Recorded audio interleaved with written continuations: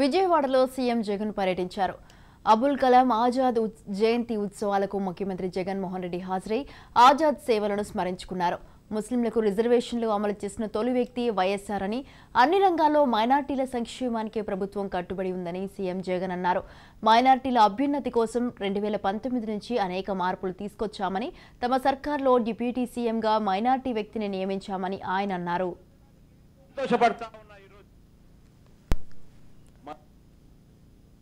భిన్నత్వంలో ఏకత్వం మన బలం.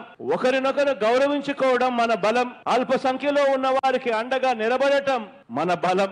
మెజారిటీ మైనారిటీల మధ్య అన్నదమ్ముల ఆత్మీయత అనుబంధం పెంచటం ఒక వైఎస్ఆర్ బలం, ఒక జగన్ బలం.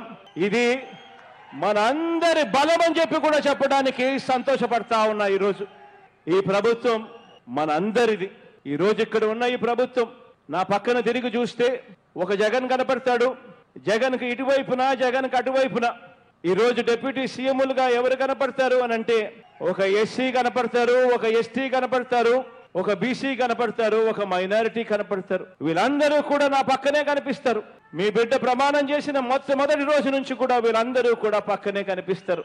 ఈ ప్రభుత్వం ఒక్క జగన్ది కాదు, ఈ ప్రభుత్వం మన అందరిది అని చెప్పి ఎప్పటికీ కూడా గుర్తుపెట్టుకోమని మీ అందరితో కూడా విన్నవిస్తా ఉన్నాను.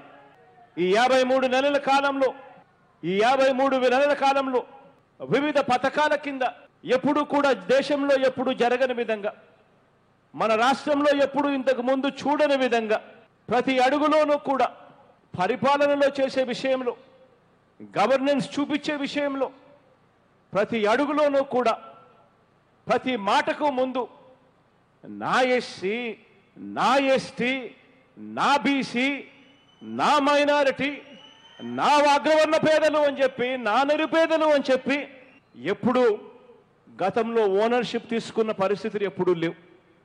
కానీ మీ బిడ్డ ప్రభుత్వంలో మొట్టమొదటి రోజు నుంచి కూడా ప్రతి ఒక్క సందర్భంలో కూడా నా నా నా నా అంటూ ప్రతి అడుగులోనూ కూడా ఇదంతా నా కుటుంబం అని చెప్పి భరోసా ఇస్తూ అడుగులో అడుగు వేసిన పరిస్థితులు గతానికి ఇప్పటికీ తేడా గమనించమని అడుగుతా ఉన్నా.